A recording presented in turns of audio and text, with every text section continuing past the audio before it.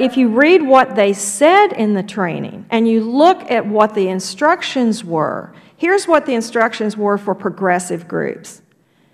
You look at those, yes, they were on a BOLO list, but if you found them, what the instructions said was, there are some progressive groups who have applied for 501c3 status that is more appropriate to tell them to be C4s.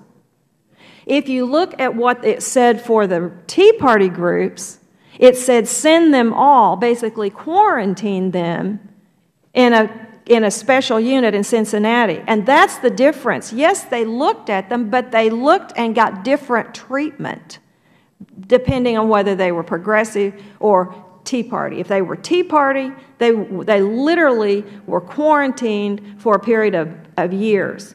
The progressive groups were looked at to make sure they'd applied for the right status, and then they got their tax status. That's the difference. And in the case of many of these conservative groups and Tea Party groups, the Tea Party of Albuquerque still hasn't gotten its tax-exempt status.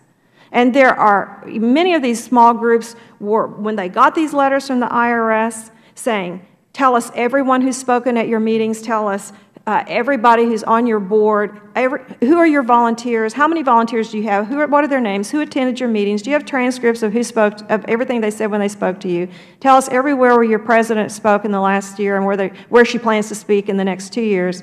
These are impossible questions, and a lot of these groups, when they got these very burdensome letters from the IRS saying things like, did you have candidate debates, did you do voter registration, and I had people saying, were we not supposed to do candidate debates? Are we not supposed to conduct voter registration?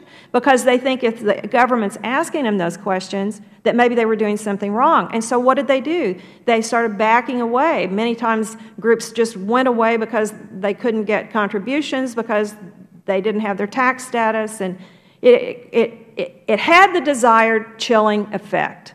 And that viewpoint discrimination caused injury to hundreds and hundreds of organizations nationwide.